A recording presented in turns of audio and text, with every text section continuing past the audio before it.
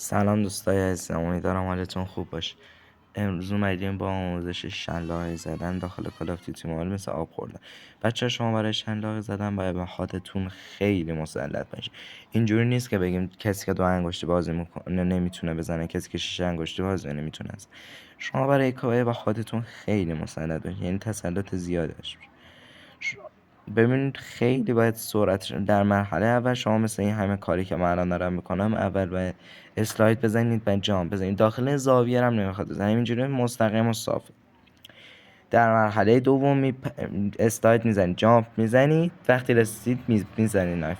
دقت داشته باشید وقتی رسید تو بالاترین حالت ممکن ما نایفا بزنید. ببینید مثلا الان این رسید داخل بالاترین نقطه، نایفا میزنید. نایف بالاترین حالت ممکن. وقتی داره میاد پای من نایف میزنید. داخل مرحله بعدی به این اشکالات اینجا، به حالا من این سری اینجا زدم، به این اشکالاتی که بعضی انجام میدن که نمیذارم برسه به بالاترین حالت ممکنش، خب مثل این کاری که الان دارم میکنم نمیذارم.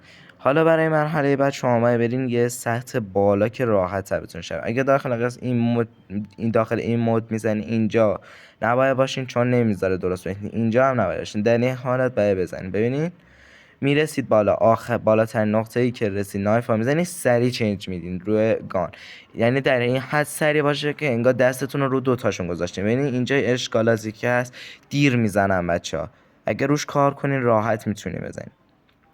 در مرحله بعد شما باید بدو اینو نایف کنین و بزنین. ببینید این اشتباهاتی که همه انجام میدن به این حالته، دیر کند میزنن روی نایف و کند چنج میدن روی گان و بعضیا هم نمیزنن کاراکتر به بالاترین حالتون.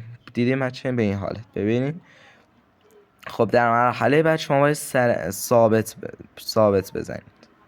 ببینید بعد برسه بالاترین حالت ممکن نایف ها بزنید، سری چنج بدید. دیدین نرسید بالاترین حالت، حالا ببینید میپرین میزنید. یه حالت شلاقی جدید هم هست که حالا من داخل این ویدیو میزنم براتون، ولی داخل ویدیوهای بعدی براتون این کارو دیدیم بچه. به این حالت شلاقی، یه حالت شلاقی جدید.